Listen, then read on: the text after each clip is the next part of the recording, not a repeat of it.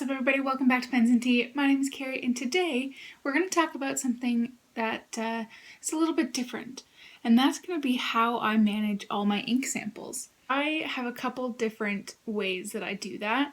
The first thing is that I do ink swabs every time I get a new ink. So, for example, I take a piece of cardstock and I do a swab of it.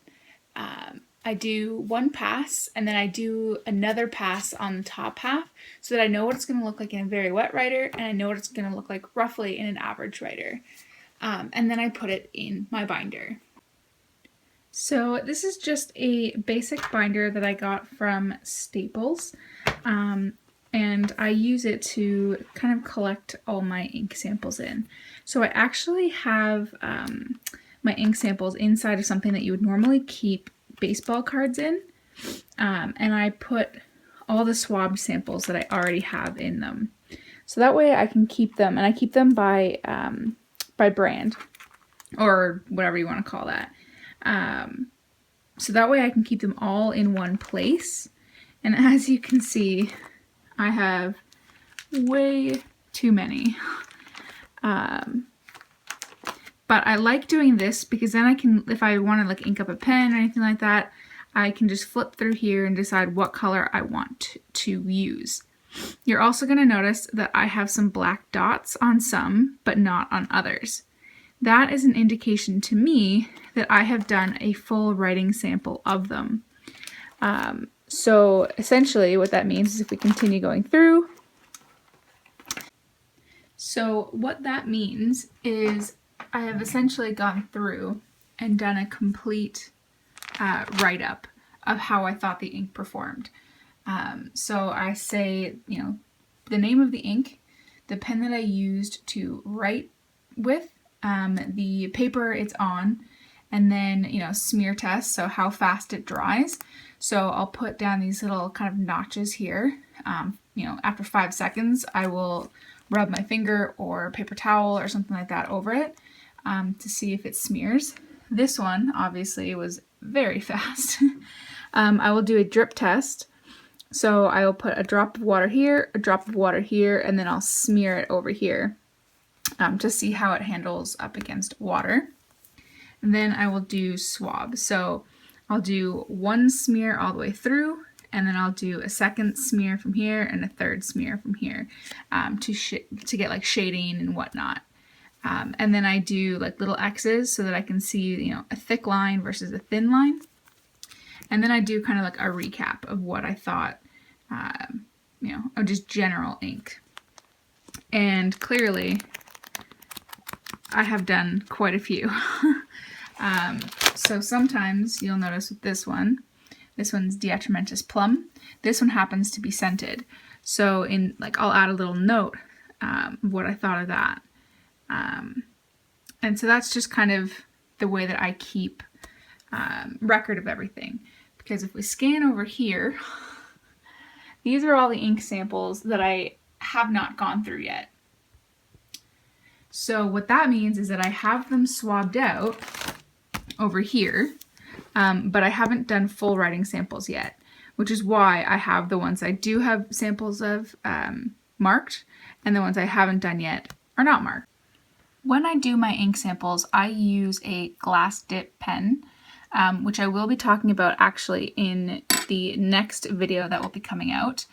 So I'm not going to go too far into why I use these. That'll be next week's. But then I take the sample of ink that I have, open it up, and I just dip the end of the nib into the ink. Not all the way.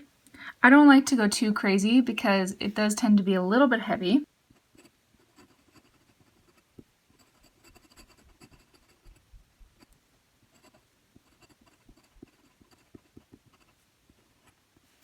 I write what the actual ink is here, and then I just kind of dip this into water to clean it off. And then what I really like to do is I like to take a Q-tip, so just any regular old Q-tip, and I get it nice and saturated.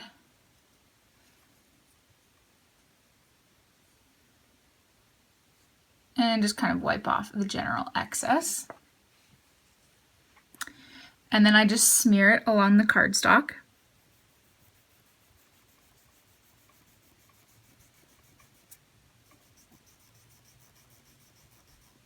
Like that. And you're going to notice it starts off really, really wet here and dry here.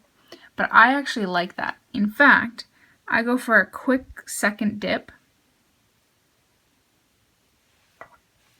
And then I go over the front half again.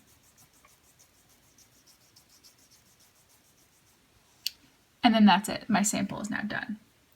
The reason why I do that, and I go really heavy over here, is because this way I know roughly what the ink is going to look like when it's a very wet writer and what the ink is going to look like when it's a really dry writer. Because we all know pens are very picky and sometimes you're going to get, you know, a dry writer versus a wet writer.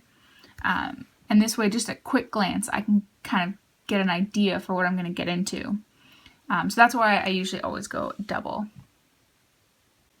And then once that dries, I come back to my